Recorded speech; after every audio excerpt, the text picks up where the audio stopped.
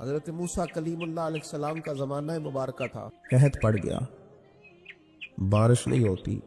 ہم لوگ نا اب تو خیر ہمارے پاکستان میں تو ٹیبل ٹاک ہوتی ہے، ٹاک شو ہوتے ہیں، ہمارے یہاں تو پتہ کیا جاتا ہے کہ بارش ہو کیوں نہیں رہی، اور اس پہ یہ ہوتا ہے کہ دھواں بڑا چڑھ گیا ہے، حالات بڑے خراب ہے، فلاں ایسے ہو گیا قحط کا۔ ہم تو اسباب تلاش کرتے رہتے ہیں نا، فوگ بہت زیادہ ہے، فلاں چیز ایسے ہے، فلاں چیز ایسے ہے، ہم تو یہ تلاش کرتے رہتے ہیں۔ وہ لوگ یوں نہیں کرتے تھے، وہ سیدھے جا کے مصلوں پہ بیٹھتے تھے، اس لیے کہ وہ کہتے تھے جب رب چاہتا ہے تو پھر کوئی چیز کسی چیز کو روک سکتی، سیدھے مصلے پہ بیٹھتے۔ اعلیٰ حضرت فاضل بریلوی رحمۃ اللہ علیہ کے پاس ایک مولانا محمد حسین آئے، وہ فلکیات کے بڑے ماہر تھے، تو اعلیٰ حضرت نے فرمایا ذرا ستاروں کا حساب لگا کے دکھاؤ بارش کب ہوگی۔ کہنے لگا پورا مہینہ تو نہیں ہوگی۔ تو اعلیٰ حضرت رحمۃ اللہ علیہ فرمانے لگے کہو کہ میرا علم کہتا ہے مہینہ نہیں ہوگی، اللہ چاہے تو ابھی ہو سکتی۔ کہنے لگا جی وہ تو ٹھیک ہے پر میرا علم، وہ جیسے روز لوگوں نے پیر نیٹو شہنشاہ صاحب نہیں کھولے ہوتے کہ بارش کب آئے گی، اور اس کی طرف نہ دیکھ، مصلے پہ بیٹھ، مہربانی کر مصلے پہ بیٹھ، اللہ کی بارگاہ میں حاضر ہو، اسے معافی مانگ، اسے منا تاکہ وہ رحمت کی بارش۔ کہنے لگا جی میرا علم کہتا ہے۔ تو اعلیٰ حضرت فرمانے لگے پھر وہی بات، تو کہ اللہ چاہے تو بارش ابھی، لیکن یہ جو اڑ گئے ہیں نا بیچارے، یہ اڑ ہی گئے ہیں، یہ جہاں الجھ گئے ہیں وہاں یہ لوگ الجھ گئے، اللہ ہمیں الجھنے سے محفوظ فرمائے۔ اعلیٰ حضرت اٹھے تو فرمایا ٹائم کیا ہوا ہے گھڑی پہ؟ کہنے لگا جی 12۔ تو اعلیٰ حضرت نے گھڑی گھمائی، ہم کیا بج گیا؟ کہنے لگا 4 بج گئے۔ فرمانے لگے بج گئے نا 4؟ کہنے لگا جی آپ نے گھڑی گھما جو دی ہے۔ فرمانے لگے اللہ بھی جب چاہے تو ستارے گھما دیتا ہے، اللہ بھی ستارے گھما دیتا ہے بارش۔ کہنے لگا جی وہ تو ٹھیک ہے پر مہینہ نہیں ہو سکتی۔ اڑا ہوا بندہ اس کا کوئی علاج ہے؟ جو اڑ جو جائے اس کے لیے قرآن کہتا ہے وَإِذَا خَاطَبَهُمُ الْجَاهِلُونَ قَالُوا سَلَامًا، اسے سلوٹ کرو دور سے، اسے کو تو جان اور تیرا۔ کہنے لگا جی ہو نہیں سکتی پورا مہینہ۔ فرمانے لگے یار تو جا اپنا کام کر۔ وہ شخص کہتا ہے میں نے دروازہ کھولا اعلیٰ حضرت کا، کمرے سے باہر نکلا تو تیز بارش ہو، واپس آیا تو میں نے کہا احمد رضا یہ عقیدہ کہاں سے لیا ہے؟ فرمایا دروازہ مصطفیٰ سے لیا صلی اللہ علیہ وسلم۔ تو یاد رکھیں کہ اللہ کو منانا چاہیے، استغفار کرنا چاہیے، اس کی برکات۔ حضرت موسیٰ ساری قوم کو لے کے نکل گئے۔ آؤ بھائی میدان میں اللہ کی بارگاہ میں استغفار کریں اور بارش کا سوال کریں، بارش مانگے۔ جب باہر نکلے دیر تک دعائیں ہوتی رہیں تو حضرت موسیٰ علیہ السلام کو رب کریم نے وحی فرمائی کہ موسیٰ آپ کی قوم میں نے ایک شخص ہے جس کو 40 سال ہو گئے نافرمانی کرتے، اس نے رب سے صلح نہیں کی۔ کتنے لوگ ہیں؟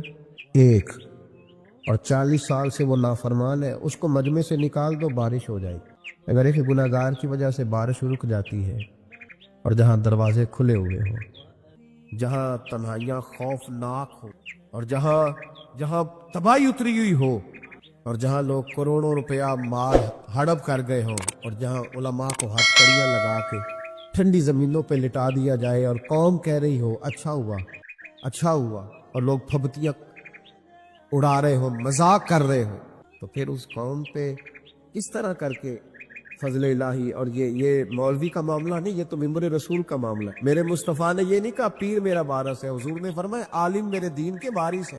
وہ ایک بادشاہ سلامت تھے، ان کو خواب آیا کہ میرے سارے دانت ٹوٹ گئے، کہ تعبیر کرنے والا بلایا، اس کو کہنے لگے میں نے خواب دیکھی ہے میرے سارے دانت ٹوٹ گئے۔ اس نے تعبیر کی، وہ کہنے لگا بڑے دکھ سے بتا رہا ہوں آپ کی زندگی میں آپ کے سارے رشتہ دار، بال بچہ، بہن بھائی سب فوت ہو گئے۔ بادشاہ نے تلوار منگائی اور تعبیر بتانے والا بھی باپ، اس نے کہا سب کے بغیر جیتے کیا کریں؟ اس نے ایک اور بلایا تعبیر والا، اسے کہا تعبیر بکاؤ۔ خواب میں میرے سارے دانت ٹوٹ گئے۔ حضرت نے لکھا بادشاہ سلامت مبارک ہو، اللہ تعالیٰ آپ کو اپنے خاندان میں سب سے لمبی عمر عطا فرمائے۔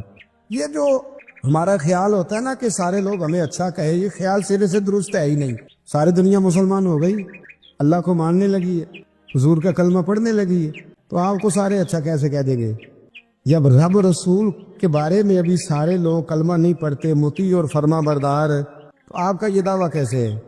آپ یہ کیسے محسوس کرتے ہیں؟ حضرت نبی پاک علیہ السلام کے بعض اعمال بڑے پسندیدہ ہیں، لیکن حضور فرماتے ہیں میرا دل بڑا کرتا ہے پر تمہیں تکلیف ہوگی، میں تم پر پابندی نہیں لگاتا۔ حضور فرماتے ہیں ہر وضو کے ساتھ مسواک ضروری قرار دینے کو دل چاہتا ہے، میرا دل چاہتا ہے کہ میں عشاء کی نماز دیر تک مؤخر کرنے کا لوگوں سے کہوں کہ رات کے آخری حصے میں جا کے پڑھے، لیکن لوگوں کو دقت ہوگی، میں یہ نہیں کرتا۔ تو جب نبی پاک علیہ السلام آسان دین دیتے ہیں تو ہمیں بھی چاہیے اپنی نئی نوجوان نسل کو دین کی تعبیر اس طرح کی بتائیں کہ ان کا عمل کرنے کو دل کرے، قریب آنے کو دل کرے۔ آپ شریعت اسلامیہ کا کوئی ایسا زاویہ بیان نہ کریں جس سے لوگ سمجھے کہ نہیں یہ تو 1400 سال پہلے معاذ اللہ شاید عمل ہو سکتا تھا اور آج عمل نہیں ہو سکتا۔ تیسرا پہلو، نبی کریم صلی اللہ تعالی علیہ وآلہ وسلم کے سینے میں نا لوگوں کا غم، دنیاوی غم بھی ہے، ایمان اور ہدایت کا غم بھی حضور نے پالا ہے، شریعت آسان ہو یہ بھی نبی پاک کا غم ہے سینے کا، اور یہ بھی حضور کا غم ہے کہ لوگوں کے دنیاوی مسائل بھی ٹھیک ہوں۔ یاد رکھیے گا اور اس کو سمجھ لیجئے گا بات کو کہ نبی پاک صلی اللہ تعالی علیہ وسلم عام معاملات کے اندر بھی، عام معاملات میں دیکھیے، حضور لوگوں کو مکہ مکرمہ سے مدینہ طیبہ لے کے آئے تو حضور سے بڑھ کر کوئی توکل کا سبق دینے والا نہیں ہے، اور صحابہ سے بڑھ کر کوئی صابر بھی نہیں، توکل کرنے والا بھی نہیں۔ لیکن جب لوگوں کو حضور مکہ مکرمہ سے مدینہ طیبہ لے کے آئے تو سب سے پہلے ان کی رہائش کا بندوبست کیا، مہاجرین سے کہا انہیں بھائی بھائی بناؤ، ان کی رہائش، ان کی خوراک، ان کے کاروبار، ان کی ساری چیزوں کا نبی پاک نے خیال رکھا، توجہ فرمائی، اور پھر نبی پاک علیہ السلام نے انہیں تبلیغ پر یا جہاد کی طرف متوجہ کیا جب تک لوگ گھر سے ہی سکھی نہ ہو، جب تک ان کے دنیاوی مسائل ہی حل نہ ہو۔ آپ یہ کیسے توقع کرتے ہیں کہ وہ کوئی دین کے کام میں پوری دلچسپی لے پائیں گے؟ میرے عزیز، نبی پاک علیہ السلام کے سینے میں یہ دکھ رہتا، یعنی حضرت ربیعہ بن کعب نبی پاک کو وضو کراتے، خدمت کرتے، ڈیوٹی کرتے، تو وہ صرف وضو کراتے تھے، تو یہ نہیں فرمایا کہ چلو کراتا ہے تو کراتا رہے۔ آج کل جو رواج ہے، حضور نے ان سے پوچھا آپ شادی کیوں نہیں کرتے؟ ایک شخص صرف اتنی ڈیوٹی کرتا ہے کہ وضو کراتا ہے، تو حضور یہ خیال کرتے ہیں کہ اس کا گھر بسنا چاہیے، اس کی زندگی کے سارے معاملات بہتر ہونے چاہیے۔ نبی کریم صلی اللہ تعالی علیہ وسلم نے فرمایا شادی کیوں نہیں کرتے؟ تو حضرت ربیعہ بن کعب کہتے میں نے عرض کی حضور نہ کوئی کاروبار، نہ کوئی بڑا قبیلہ، نہ کوئی رنگ، نہ کوئی روپ، ہمیں کون رشتہ دے گا؟ فرماتے محبوب مسکرا دیے۔ اگلے دن پھر حضور نے پوچھا شادی کیوں نہیں کرتے؟ میں نے پھر عرض کی حضور نہ تو کوئی رنگ روپ ہے، نہ کوئی کاروبار ہے، نہ کوئی اونچا قبیلہ ہے، کون رشتہ دے گا؟ تیسرے دن پھر کریم نے فرمایا، تو میرے دل میں خیال آیا جب حضور جو فرماتے ہیں، جب نبی پاک فرماتے ہیں تو جو حضور کہہ دیں سانو قید سجن دا گہڑا ہے، وہ جنج رکھے ایسا اونج رہنا ہے، ٹھیک ہو گئی بات۔ اگر حضور فرماتے ہیں تو ختم ہے معاملہ۔ میں نے عرض کی حضور کرا دیں، یہاں تک نبی پاک بندوبست فرماتے میرا رشتہ بھی حضور نے طے کروایا، اور ایک صحابی سے فرمایا اس کو کھجور کی گٹھلی کے برابر سونا بندوبست کر کے دو، اس نے حق مہر دینا ہے، اور ایک صحابی سے فرمایا تم خرچ کرو تو اس نے ولیمہ کرنا۔ فرماتے ہیں میرے سارے انتظام ہی مجھے مدینے والے محبوب نے کرا کے دی۔ حضور دنیاوی مسائل کا بھی خیال کرتے میرے بھائی، ایک دوسرے کے دنیاوی چیزوں کا بھی خیال کریں، لوگوں کے معاشی مسائل کا بھی خیال کریں، دکھوں کا بھی خیال کریں۔ دیکھیں کس قدر نورانی طریقے سے آپ بیٹھے اور کہاں تک آپ کا اجتماع ہے، یہ نورانی اور پروکار مجمع اگر ہم آج نیت کر لینا کہ ایک ایک بندہ ایک ایک بندے کا خیال رکھے گا۔ حضور نے فرمایا 2 کا کھانا ہو تو 3 کھا لیا کرو، اور 3 کا ہو تو 4۔ لیکن وہ مسئلہ یہ ہے کہ وہ ہمیں نا، جب تک تو ہم غریب ہوتے ہیں ہمارا خیال ہوتا ہے کہ اللہ پیسے دے گا تو انشاءاللہ میں فلاں فلاں غریب کا خیال کروں گا، لیکن جب پیسے آ جاتے ہیں نا پھر ہمیں گھر کے سامنے والا پلاٹ پسند آ جاتا ہے، پھر وہ ہمیں بڑی پریشانی ہوتی ہے کہ یہ مل جائے تو یہاں گاڑی کھڑی کیا کروں گا، سہولت ہو جائے گی۔ پہلے ہمارا دل ہوتا ہے 4 پیسے آ گئے تو غریبوں کا، بہن بھائی غریب جو ہوں گے، رشتہ دار، دوست احباب خیال کروں، اور پھر جب اللہ وسعت دے دیتا ہے پھر ہمیں محسوس ہوتا ہے گاڑی تو چھوٹی ہے، یہ کبھی بڑی مل جائے نا، کبھی اس سے بھی بڑی مل جائے نا۔ اپنے ہی بارے میں خدا مجھے ایسی خدائی نہ دے کہ اپنے سوا کچھ دکھائی نہ دے۔ تھوڑا تھوڑا دوسروں کے بارے میں سوچیں تھوڑا تھوڑا دوسروں کا خیال کریں.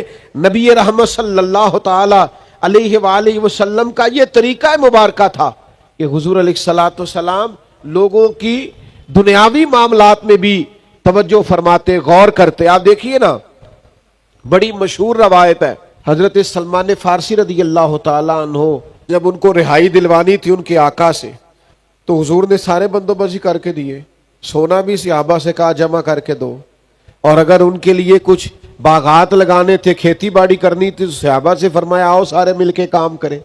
اپنے بھائی کی گردن چھڑانے کے لیے سارے ڈیوٹی کریں. تو بھائی کیوں نہ ایک دوسرے کی مدد کریں, ایک دوسرے کا بازو تھامیں. پر ایک بات ضرور ذہن میں رکھنی ہے, کسی سے تعاون کرنا ہے محض اللہ کی رضا کے لیے, لوگوں کو غلام بنانے کے لیے نہیں, گردنیں جھکانے کے لیے نہیں, یہ کہنے کے لیے نہیں کہ ایکڑا نہ نیکی کر دینے. بھائی نہ نیکی کہ آپ کا پوسٹر چھپوا دیں, دو چار بڑے بڑے فلیکس شہر میں لگوا دیں کہ صاحب نے ہمارے ساتھ بڑی نیکی کی ہے. آپ اللہ کی رضا کے لیے کریں اور پھر بھول جائیں. یہ نبی پاک صلی اللہ تعالی علیہ وسلم کا ایک بہت بڑا اللہ کے حبیب کے سینے کا درد ہے. دیکھیے بعض ایسی چیزیں جن میں شریعت مکلف نہیں کرتی, اس میں بھی حضور چاہتے تھے کسی کا مسئلہ حل ہو جائے. ایک شخص نے آ کے حضور سے کچھ مانگا, اللہ کے حبیب علیہ السلام نے فرمایا اس وقت تو ظاہری طور پر میرے پاس بظاہر موجود نہیں ہے, دو جہاں کے شاہ ہیں اور پاس کچھ رکھتے نہیں, دو جہاں کی نعمتیں ہیں ان کے خالی ہاتھ. حضور نے فرمایا اس وقت تو بظاہر کچھ نہیں, آپ اس طرح کریں فلاں دکان پہ چلے جائیں اور میرے نام پہ قرض اٹھا لیں. ہم تو اندر پڑے ہوئے ہوتے ہیں نا, ڈھیر لگے ہوئے ہوتے ہیں, پھر